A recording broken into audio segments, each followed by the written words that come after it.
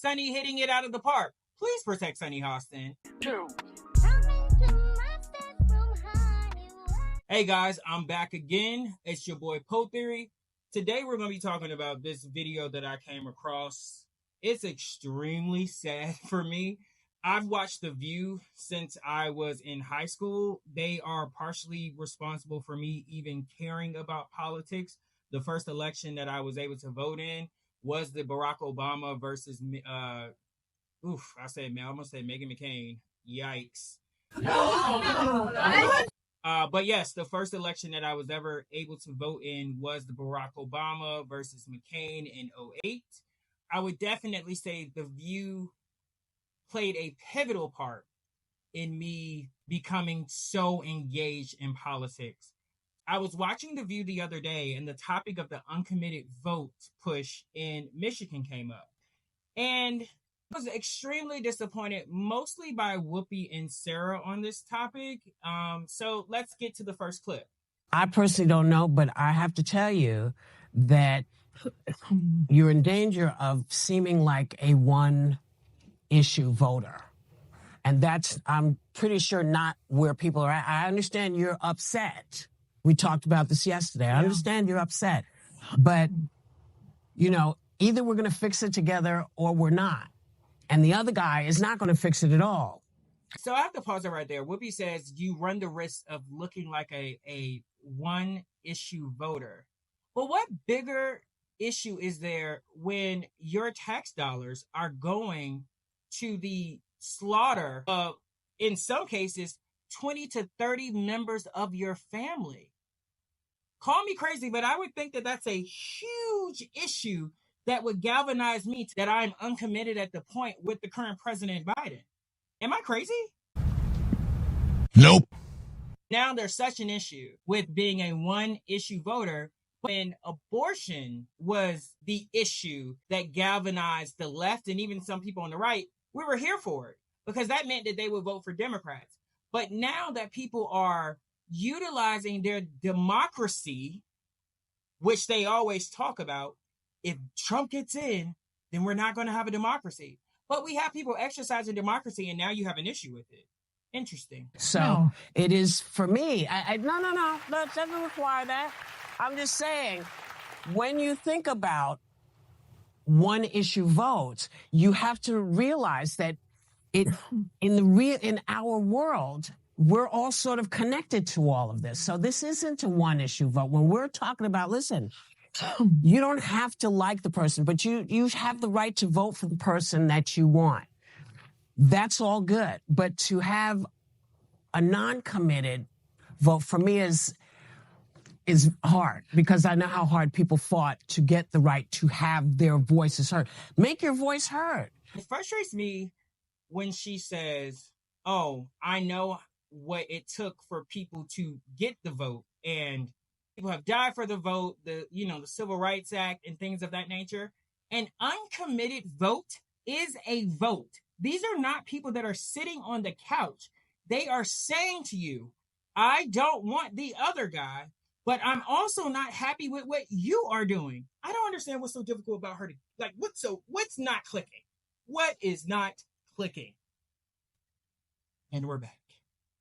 All right. But you know, so they're trying to really send a message to Biden. I get it. But, you know, when you think of the alternative, Arab Americans are the people in Michigan basically, that are saying they're not going to make a commitment right now.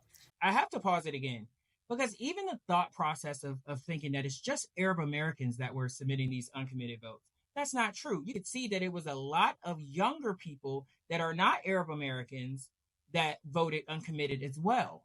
When the push comes to shove and it's Biden versus Trump, these same people, I believe, will realize that Trump had a Muslim ban on this country, and that he is now adding Israel. He's adding Palestinian refugees from Gaza to his expanded Muslim ban.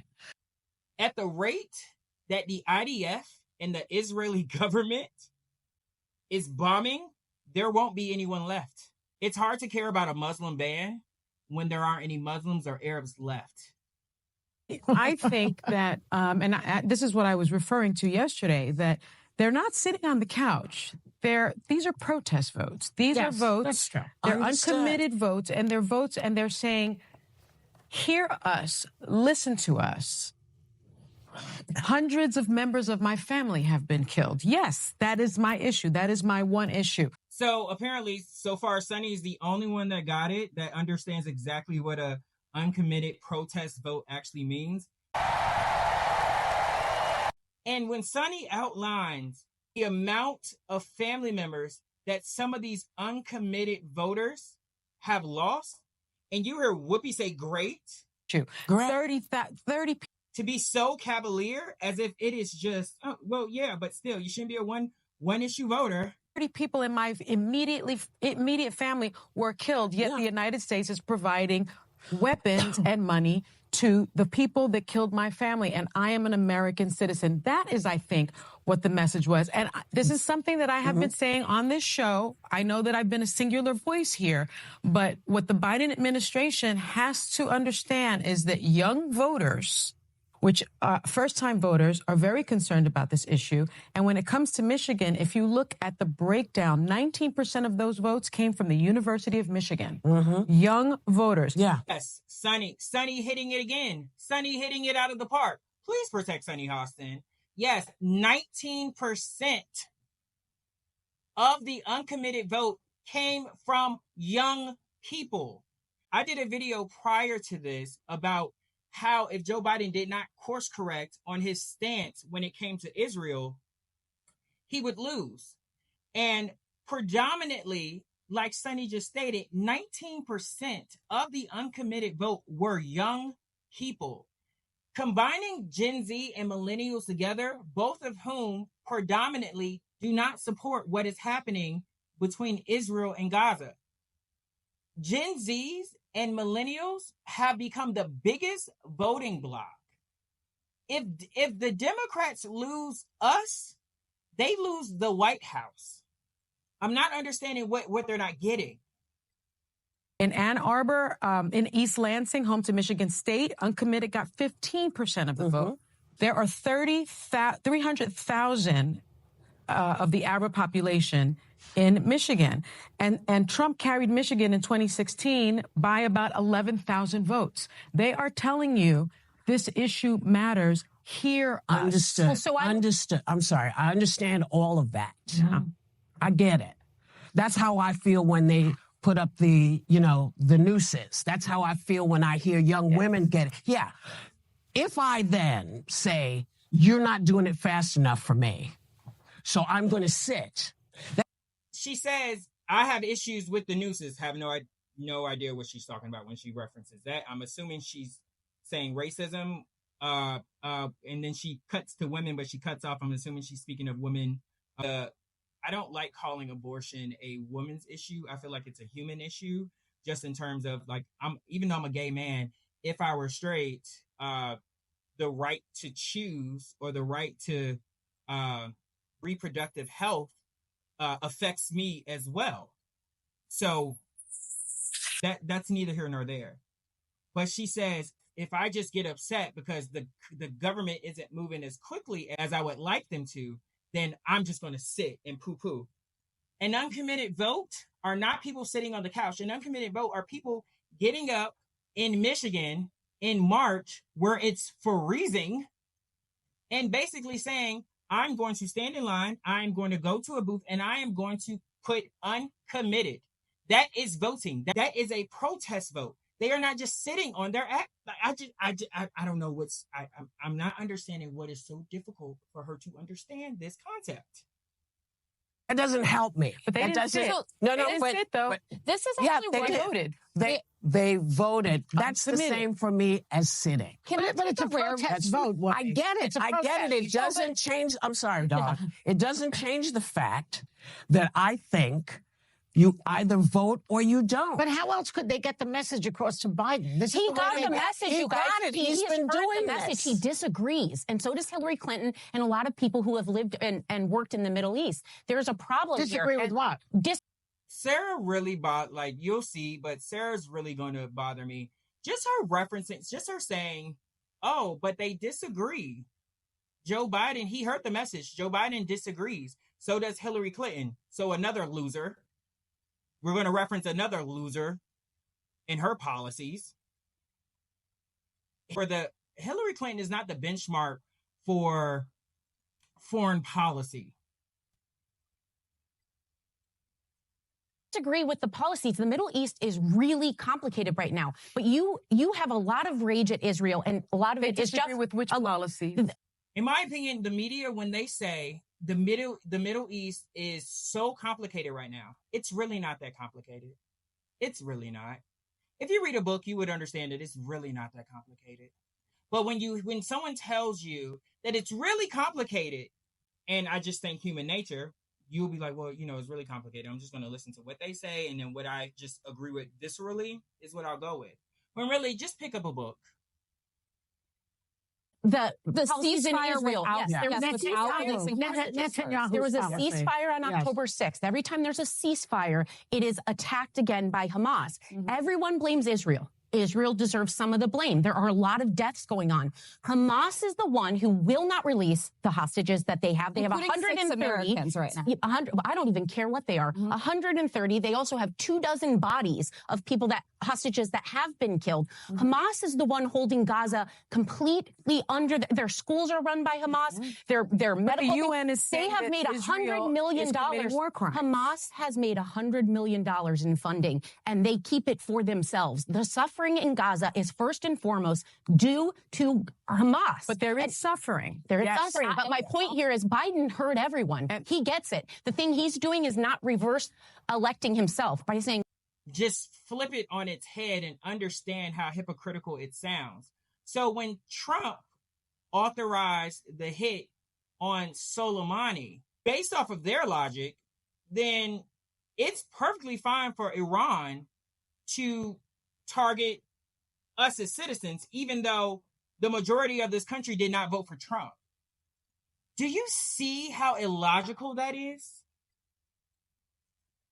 What do you want? I'm going to go do that. Some of it is, I know what's right here, and I'm going to stand true to that, even in an election year, and I love him for it. And I actually want to take... And then if he doesn't get Michigan, if he does not get Michigan because of this, then those protesters will get Trump.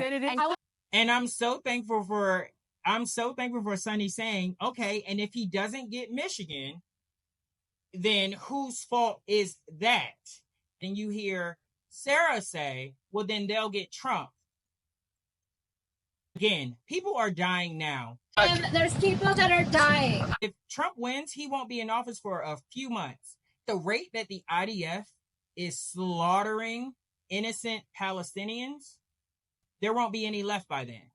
I'm so over, the other guy will be worse. Being a black gay man that is on the left, I have learned that I am no longer going to bark at the moon, knowing that I can't reach the moon, and that moon being the Republicans. So when I am stomping my feet and tweeting and posting videos about my disdain for the Democrats, that is because they are closer to my politics and they are more likely to listen. So the threat of Trump or the other guy will be worse. I don't care about the other guy. Joe Biden is president now. I want to take a rare moment to defend Joe Biden on this. There was a ceasefire, to your point, on October, but I don't defend Joe Biden. There was a ceasefire. Since the terrorist attack against Israelis, Joe Biden has been working every single day to first get hostages released and then get a ceasefire. His National Security Council, his State Department, this notion that he's sitting on his hands and doesn't understand that there's carnage on both sides is absurd. And I have to say, again, we're going to agree today, Donald Trump is not an alternative for the Arab American community. They're talking about bringing back the Muslim ban. It is an absolute absurdity. That's right. And there were voters I saw interviewed last night who said, I'd be willing to support Trump over him or I'm not going to turn out. What Biden needs to do is not reverse policy here. He needs to communicate to these people. We see you, we hear you. We are calling on the Israelis to have as few civilian casualties. I was thinking about this the other day. When you have an opinion and you notice that the people that agree with you are people that you normally oppose.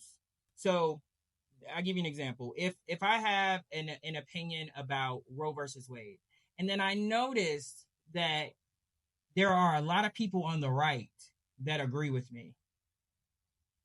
That would then make me take a step back and reevaluate my position. Because if I disagree with them on 99% of things, if they're agreeing with me, I might need to reevaluate my policy.